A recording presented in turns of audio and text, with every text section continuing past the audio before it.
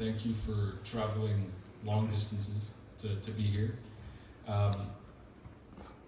I am really excited to welcome, of course, Ustad Shahbaz Hussain, who is one of the greatest living tabla players today. I want to thank him for being so generous with his time. He has a concert coming up on Sunday at 3 p.m. at the Aga Khan Museum. So I just want to say, make sure you get your tickets for that if you haven't. But we agreed to, I really wanted to put together a beta with him, mostly because I've had the pleasure of learning from him. And, his wisdom, the only thing that matches his wisdom is of course his sound production and his skill on the tabla. I just want to say that before we formally begin, I think it's important to sort of speak about what we're trying to do here. Bhavan and I, we are putting together a collective called Third Space. And the idea behind Third Space is we want to bring about these bearteks, these mahfils, back into the community. And part of what's been missing in our community is we had a sort of the linchpin of our Toronto music community, Mohan Singh Dehele. He passed away in 2019. And if you know him, you know that his house was, it was like a mandir, it was like a gurdwara. It was like, it was blessed with music every single day. And all the musicians from around the world, irrespective of instruments or gharana or guru or religion or nationality, they all came to Mohanji's house to perform and to receive blessings. And when he passed away, the frequency of these bearteks, they slowed down. But it's been a number of years now, and we want to bring these back to the community. We see a lot of value in them. I also want to thank Robbie and his family. They just moved into this home. As you can see, it is quite empty. They're still unpacking things, but when he heard that I wanted to put this together, he said, there's no other way to really bless this house but to have a beartek and welcome Ustadji into his home. So I don't want to take up too much time, but I don't want to say too much about Ustadji because we're going to get into a conversation, but to maybe make a short introduction. Ustad Shahbaz Hussain was born in the UK, which is already in and of itself quite rare and unique for someone of his caliber to be born outside of India or Pakistan. His father, Ustad Mumtaz Hussain, saw Khan Sahib's inclination towards the tabla and developed his interest, and he first learned from Ustad Faiyaz Khan Sahib, who you can see here, of the Delhi Gharana. He later then learned from Ustad Miyan Khan Sahib, who you can see the second individual there, and then later Ustad Allah Rakha Khan Sahib, the last. Ustadji has a very unique mix, dynamic playing style, and you can hear the imprint of all of his Ustads in his playing. He is the quintessential disciple of all three of his Ustads. Like his Ustad Miyan Hussain Khan Sahib, Ustad Shahbaz Hussain's accompaniment style displays his masterful grasp of aesthetics. He provides singers and instrumentalists an elegant boost to their performances.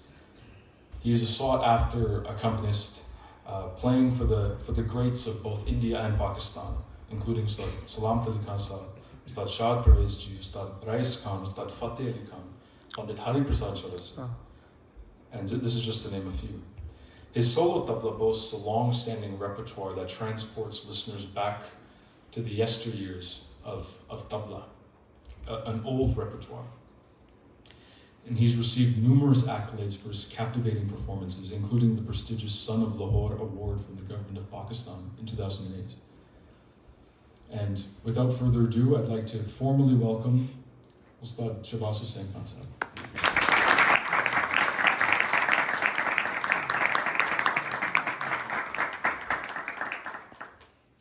And in the interest interest of keeping the tranquility, could you silence your phones or take it off as well?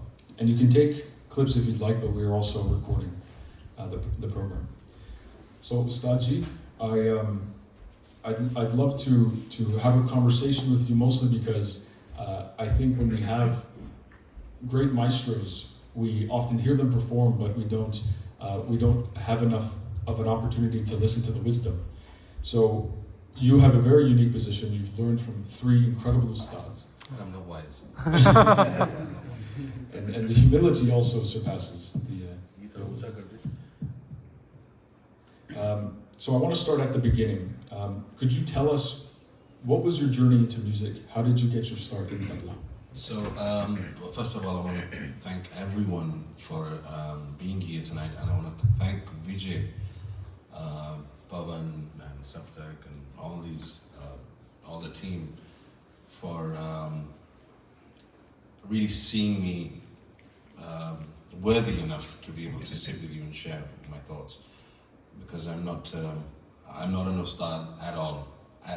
I'm, still trying to be a student, and it sounds like a cliche, but it's the truth. Coming to your question,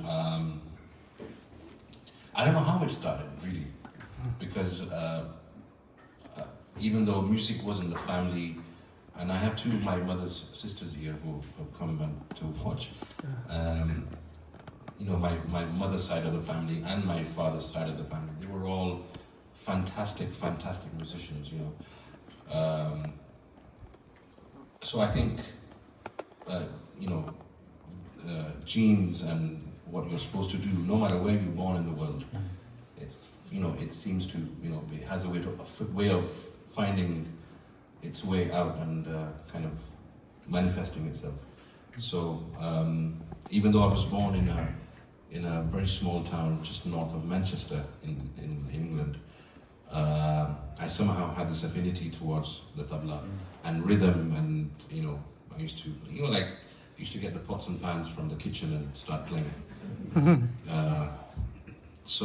And my father just really, I think, cashed in on that interest, and then bought me my very first very, very small tablas, which I still have, by the way. Wow. So yeah, and that's how it started. That's how it started. I think my father is my first guru, my first ustad, and like everyone else. But he was the person. He was the driving force behind me pursuing a possible career in tabla. And how old were you when you first discovered Ustad Faiyaz Khan? So for Faiyaz Khan Sahab, I was around maybe 10, 10 maybe. And the incident was that Khan Sahab was playing a concert, an online concert in the UK. And we had all gone to watch the concert. And my father said, Khan Sahab, ye bacha hai, isko zara आशीर्वाद दें, दुआ दें. And Khan Sahab, being Khan Sahab, was Ramnik ji, आप आगे आइए, आप पीछे ना बैठे, आप आगे आइए, please. This is, I'm sure we all know, but Ramnik Singh ji was a fantastic vocalist. आप पीछे नहीं अच्छी लगती, आगे बैठे. So and Khan Sahab, being Khan Sahab, he was one of the most generous people I had ever known. He said, yeah, come, the next day, and what is tabla sunao? So my father took me, and I was only 10 or 11, and Khan Sahab said, chalo sunao. And what am I going to play? I was only 10 or 11. And I don't know what happened. He said, कि मैं इस बच्चे को शागिर्द करना चाहता हूँ, करवाना चाहता हूँ. And then, so incidentally, it's an odd thing, because during that time, my father decided to take me to Pakistan, to Lahore, to learn from Ustad Shaukat. And we were deciding about when to go and that. And during that time, Faiyaz Khan came to the UK and then said, I want to make this child, this kid, my student, my formal disciple. And then my father said, Khan Sahab, hum ja rahe hain Lahore, to is bachche ko hum Shaukat sahab ka shagird karana chahte hain. Faiyaz Khan Sahab actually said, if I send him, on my behalf as my student, that'll be more weighty and it'll mean more. So Khan Sahib wrote a letter, he signed it, कि ये मैं बच्चा आपको दे रहा हूँ, इसको आप कबूल करें. And Miyan Sahib, you know, I still remember the smile on Miyan Sahib's face when he wrote the letter. And he very graciously agreed.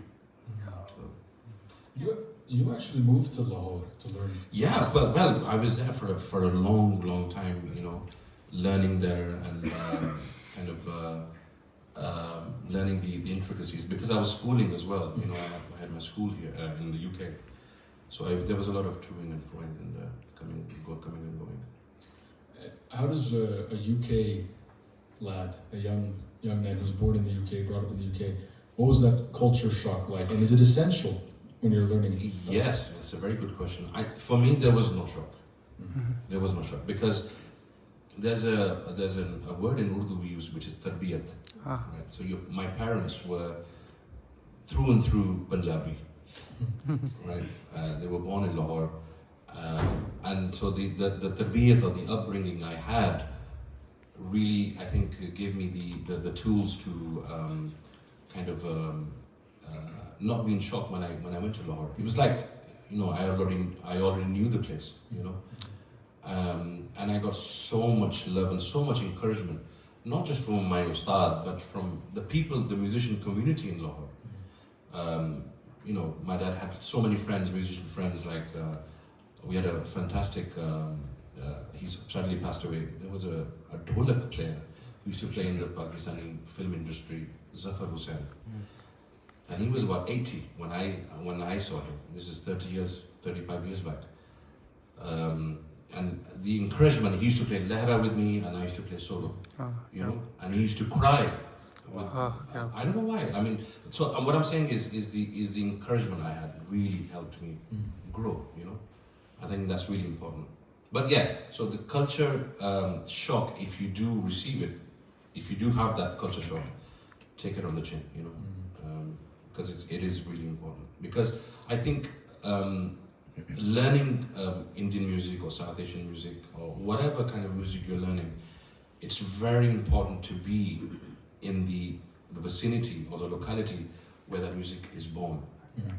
You know, for you to really understand what the music is about and what the culture is about. Because unless you do that, then it'll be, you know, there's always going to be some kind of issue in your playing, you know.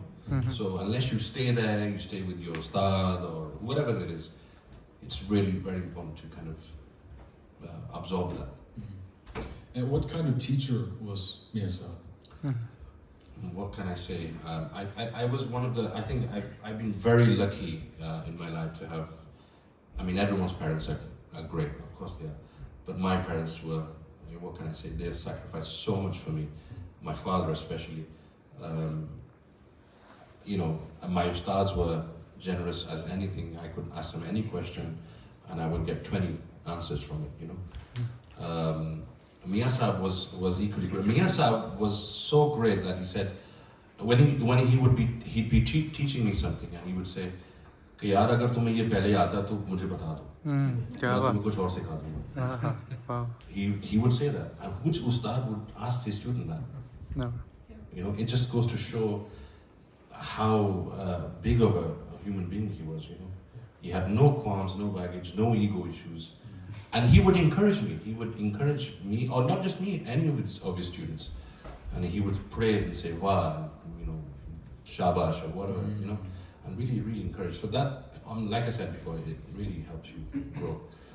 That's amazing to hear from me because from the outside, listening to these, you know, local Dirsa recordings and you know all these different CDs, it felt like Miyan Sahib accompanied everyone. Yeah. Light classical didn't matter. Yeah. I mean, in India, of course, Ustad Allah Rakha was the go-to tabla player for Pandit Ravi Shankar. But you know, you had Kishan Maharaj, you had Ustad Ahmed Jantaraka, you had Pandit Santa Prasad, you had all these different tabla players. From my perspective, it really felt like Ustad Shahbaz Hussain was played on everything. Yeah. Played for everyone. Yeah. So how would you, what do you think Miyan Sahib's contribution to Pakistani music as a whole, how would you assess that? I think Miyan Saab's contribution, apart from being one of the greatest tabla players of the last century, I think his contribution, I mean, as I see it, was the fact that to be a good accompanist, you need to be a good human being. Yeah.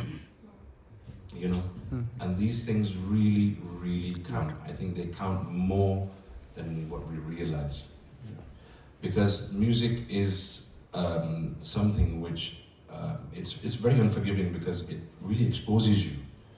If you're a good human being, it will show. If you have some issues, It also shows. it will show. You know, so I'm talking about so many issues. But Miyan Saab was a type of person who, I think his contribution, and when I talk about his tabla, what can I say? I'm you know, in no way worthy to describe what he was playing or how he played. I mean, his sound production, to his tayari, to the use of the baya, the tonality of his tabla. You know, it was perfect. You know, no one can fault it in any way, I think. So yeah, I think his contributions are immense, and they will be remembered. Absolutely. Forever. Right? Absolutely. I'm sure. You know, we've talked about this before. You know, Ustad Allah Rakha Khan Sahab and Ustad Shahbaz Hussain Khan, they are in fact guru bhais. Yeah. And you know, as tabla players, we don't often think, we kind of look at them separately. But what was their relationship like? From what I've never seen them together, of course, but what I did see was Ustad Ji Miyan Saab praising Allah Rakha Khan Sahab so much. And he would say, I mean, talking about his padan, the way he used to recite bols, he said, no one did it like Ba Allah Rakha. Yeah. You know? This is what he used to call it. Allah. And then vice versa, Allah Rakha Khan Sahab used to, you know, praise Miyan Saab. So there was a mutual respect and a mutual love for each other. So yeah, it's so nice to see. You have a story about when Ustad Zakir Hussain went to Pakistan. Yeah.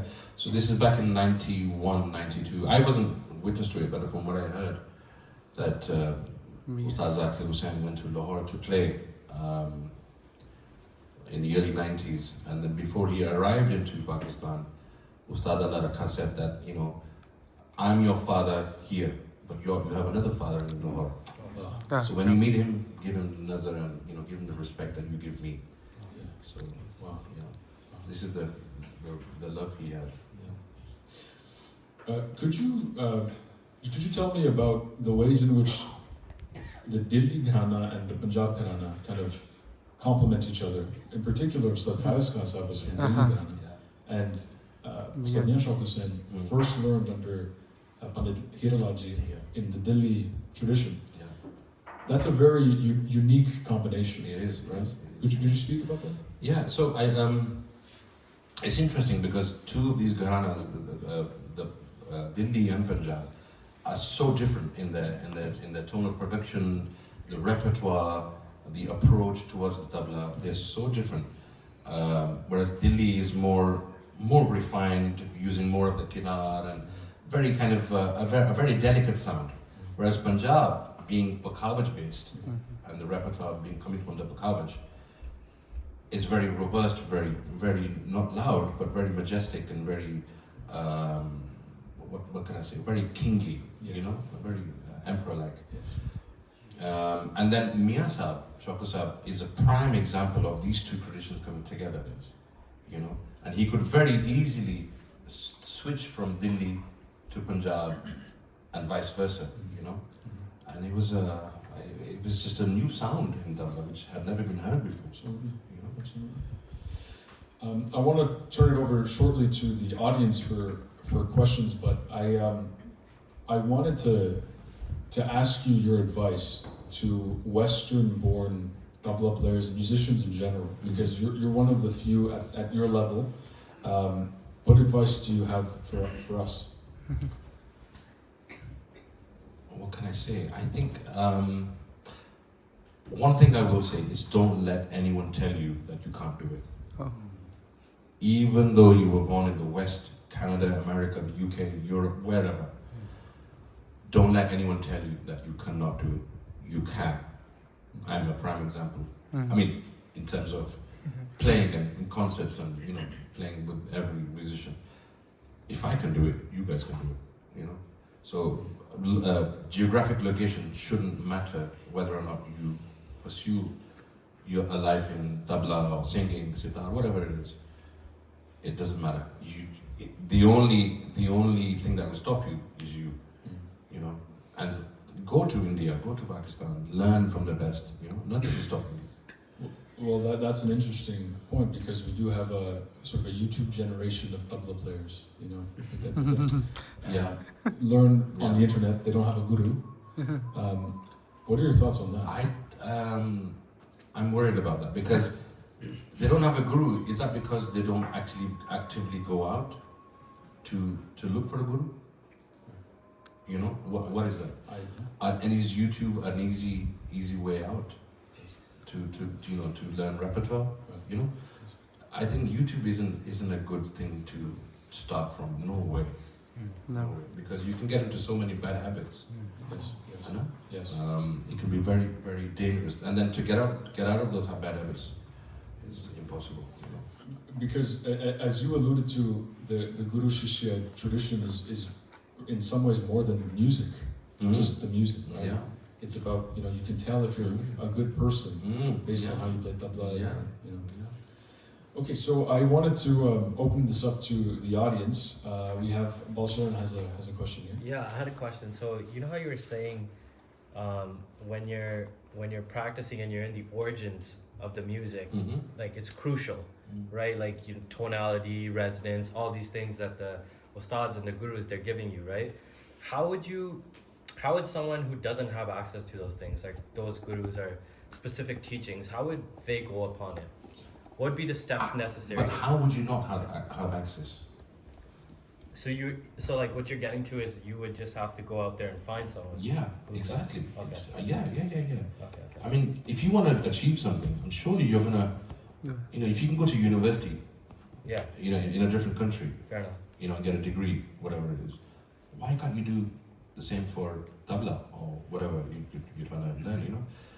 I think we try to find excuses, or I can't find a guru, and it's very difficult. No, it's not. If you want to do it, you will do You'll it. find. Fair Yeah, enough. you'll do it. Thank you. Yeah, Appreciate it. It's honestly as simple as that. I think we work kind of get ourselves into this kind of problem that finances. Of course, finance is a big part of the issue. Of course it is, but If you're gonna do it, if you're gonna do it, you're gonna Yeah, do it. fair. Honestly, Thank you. yeah. Do you have any other questions? Baba. Ustadji, we have a lot of double players here. Oh. My guru plays here.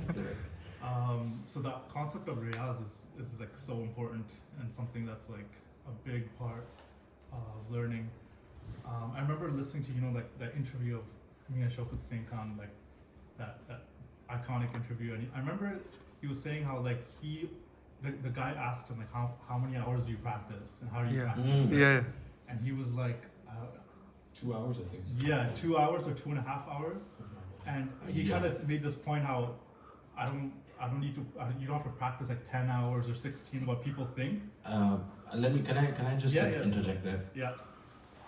When Miyan Sahib said that, when he gave that interview, probably 86, 85, whatever it was, and he was well into his 60s, right? When he gave that interview, when he was younger, he used to practice 9 hours in the night and 9 hours in the morning. Yeah. So he had done the hard work. Then he was at a stage in his life where he didn't have to really practice, for 20 hours a day. He didn't have to do that. But what I will say is, not every musician or not every tabla player has to practice 10 hours to play a deliverable. It might take me 10 hours to get to a really good stage. It might take you 2 hours. You know, it depends on your physical makeup as a you know, as a human being. We're all different, right? So it might take me longer and might take you shorter to play the same thing. Yeah, because when I saw the interview, when I heard him say that, I was thinking like, okay, is there other, like, in your experience, is there like consistency? Is that more important? Is stamina more important? Like how you do riyaz in a sitting? Is there All these things are important. Consistency, the quality of riyaz you're doing, and how sincere you are to A, the instrument, and then B, yourself. You know, because you can be playing, it's like going to the gurdwara, or the masjid, or the mandir, whatever you do, and you're doing your puja, or your, you know, your asadiwar, or you're doing your ibadah, whatever you're doing, and you're supposed to be focusing, but you're thinking about paying the bills, or you have to, you know, pick up Somebody. diapers or whatever it is, right? Or you're thinking about 10 million things in your head. What's the point in being in that place of worship when your mind is somewhere else? Same with tabla, same with riyaz. If you're going to be practicing dhire dhire gite tak, or dha dhire gite tak, you know, and you're playing it for 2 hours, for those 2 hours, or even 1 hour, for that 1 hour, your mind should only be, you know, towards your tabla, and focused on your tabla, and focused on the bowl. And you should be self-evaluating yourself. Every second, okay, is this bowl, does it sound right? Am I playing it correctly? How do I rectify any mistakes? So the quality of riyaz is very important. Consistency. You know, don't practice for 10 days and then not practice for a month or 2 weeks, you know? That's not riyaz. You know? So riyaz is more than just a physical contact with the instrument. You know, it's much more. You're training your mind, your spirit, your soul, your body. You know, it's a whole host of things that come together to make you the musician that you aspire to be. follow up to that? Is there anything that you can do outside of sitting with the tabla that would like help riyaz or can be considered riyaz?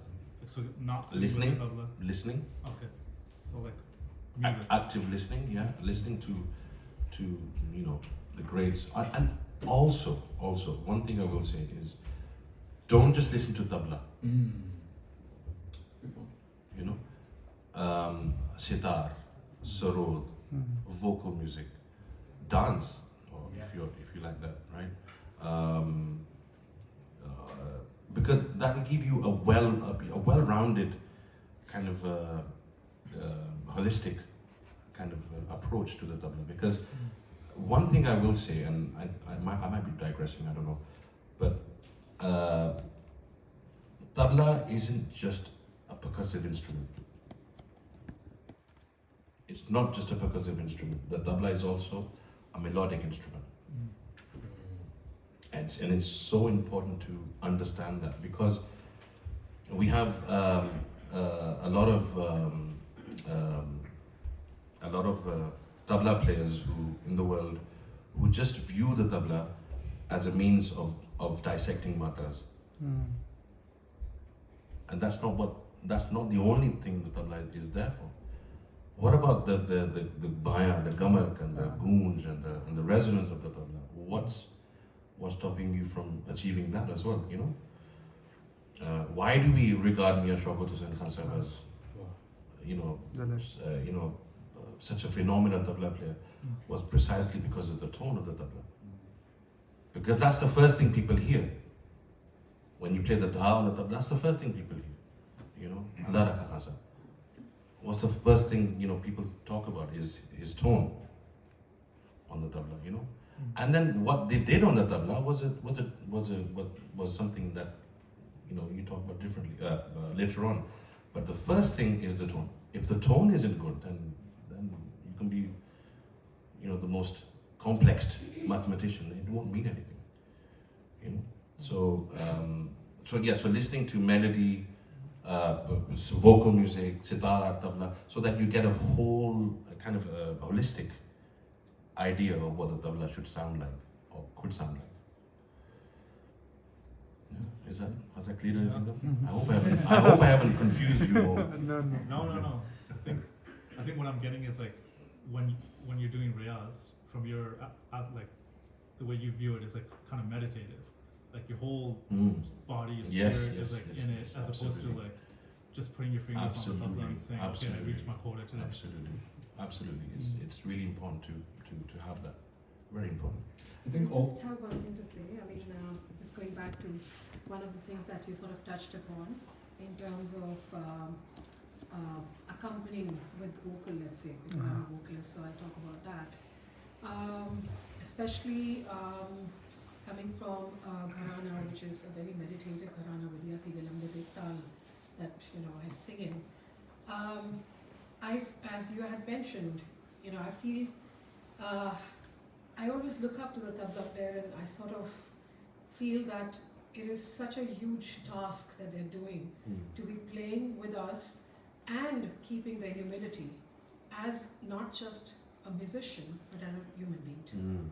Because it is not easy. You would want to show everything that you know. Well, this is, exactly. And it is not easy. And for us also, I mean, I can feel which tabla player is ready to do that and which one is not. So it is kind of hard for me to not go with, to not get that kind of just a simple teka that I just need for the Vilambit Khayal Gaiki. So that doesn't disturb me. So when you're talking about accompaniment, I think that's one thing that I feel it's very, very important. What Shabaz Bhai is saying regarding you got to listen to a lot of music apart from tabla. It also teaches you how to accompany in the right kind of a way with different genres too. Different sort of tempos. Let's say different gharanas. How to accompany a certain gharana and how not to accompany a certain gharana. So I've had the privilege of having Shabaz Bhai play with me for the first time for my first concert in the UK, and I cannot even ever thank you enough. It was one of the most beautiful concert I had with you, and of course when I heard you later, like, oh my God, this is what all he can do, and he just kept it to a very, very simple take at that point. I will be honest with you, it is difficult. I think that's what I wanted to ask you. Accompanying a vocalist, especially a vocalist, I think is one of the most difficult things a tabla player can do, because, like for example, Faiyaz Khan used to say, when you accompany, be patient. Because you can do, you can put the odd tere or dere in. But not to do it is the most difficult thing ever. So I think, and as tabla players, I think we all agree that it is, you want to show off a bit and you want to kind of show, look, I can do this, I can do that. But is it music? Musically, it might be, it might fit into the matra, and I might come on the sound. But is it appropriate? By not doing that, what am I giving to the music as a whole, and by doing it, am I taking anything away, So these things are really, really, and I also think I get a lot of questions saying that, how do I accompany and how do I do the best sangat? I really think that sangat cannot be taught. You have to learn it on the job. The more a tabla player accompanies a vocalist, a sitar player, a sarangi player, a sort of whoever it is, the more they learn, and the more they understand that every musician is different, and then they can change their approach accordingly. The take-up thing. And then the other issue is that tabla player has to play with khayal, with ghazal, with geet, with thumri, with dadra, with tappa. That's why with I say folk. tabla players are the top of the list. And then kathak, Absolutely, yes. and then sitar, Yeah. and then sarod, and then sarangi, and all these different things. And now with the added, we live in a global village now. So tabla players are interacting a lot with South Indian jazz, South Indian musicians and Carnatic, So a tabla player has to really, really learn so much and kind of take so much on board. And it's not easy.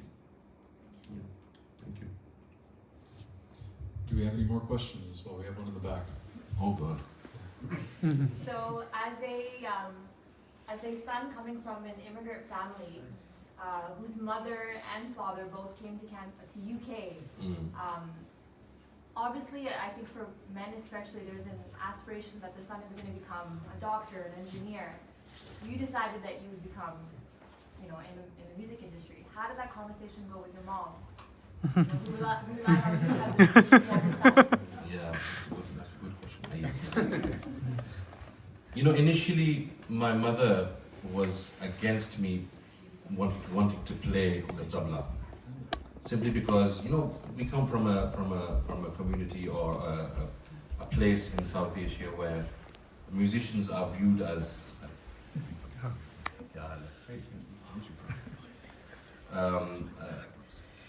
musicians are seen as being like second-class citizens, unfortunately. So music was never an option for as a career path. So my mother did oppose it initially, and she fought with my father. But my dad was resolute, and he was saying, "Nahin, he did tabla." And then I enjoyed it. So of course I'm gonna not oppose that, And then I just stuck to it and carried on doing it, and still learning. I feel that at times you have to prove to your own people first before you prove Yeah. anything to anybody Yeah, else. but now my mother, Of course. thankfully, is very supportive, You've proved and well, I don't know, but she's stuck now because my sons are learning as well. So my wife and my mother are stuck. Problematic. I want to welcome Hardeep Channa as well.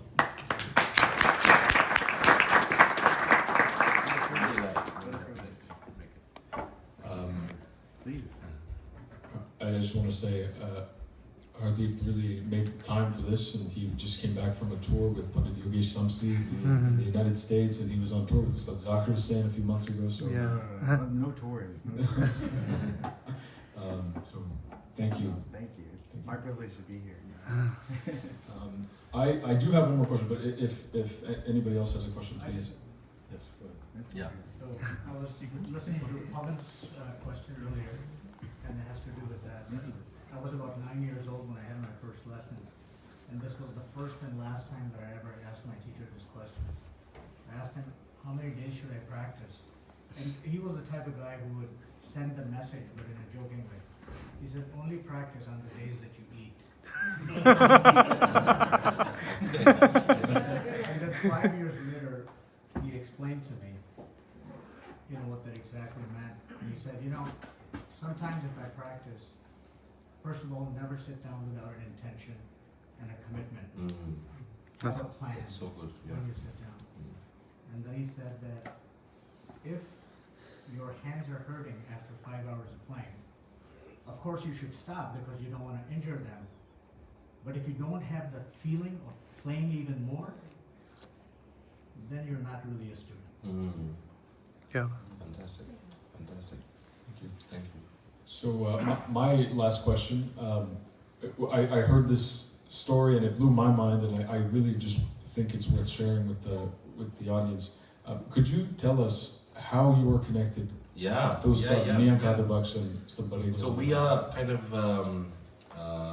my wife's so my in-laws, my wife's family. They are very, very closely linked to Kasur. And as we know, Kasur is a place in Punjab which has produced probably one of the greatest vocalists of the last century, Ustad Ustad Barkat Ali Khan. But he's something that you might know or might not. We have two branches in Punjab, of the Punjab Tabla Chani. So we have the branch of Miyan Qadir Baksh, and then also the branch of Ustad Miyan Fateh Din. Have you heard of that name before? Yeah? You've heard.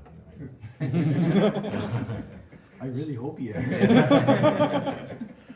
Yeah, so Kasur is, and also you may or may not know that Ustad Bade Ghulam Ali Khan and Miyan Qadir Baksh were stepbrothers. They had the same mother but two different fathers. So Punjab really is a kind of a a base for, and it had the two of the greatest musicians who ever lived, Miyan and Ustad Allah Rakha. So this is how the link is. So my in-laws and my wife's side of the family are very closely linked to that. Incredible. Ustadji, thank you so much. If anyone want to ask any more questions, please. Little about upaj. When you're doing the upaj, you have something in mind. So little about the upaj, you can मैं अगर बजा के सुनाऊं तो best रहेगा, फिर तो best रहेगा. बातें कितनी करेंगे. Best. I have one question. Yeah. What music do you listen to? Yeah. Oh God. No. To be honest with you, I do listen to music, but I tend to listen to music which is non-tabla related. I love to listen to Ustad Faiyaz Khan, for example. I love to listen to Mehdi Hassan, Ghulam Ali Sahab, and Parvez Mehdi. And I love to listen to Western classical music. I absolutely love that. Because it takes my mind away from this a little bit. And then when I return back, it's fresh. So, that's what it is. Any last questions? All right. Can we definitely hear Dil today too? Oh, well, let's see. Ustadji, thank you so much. Thank you. For sharing your Thank time. you. Round of applause for Ustad.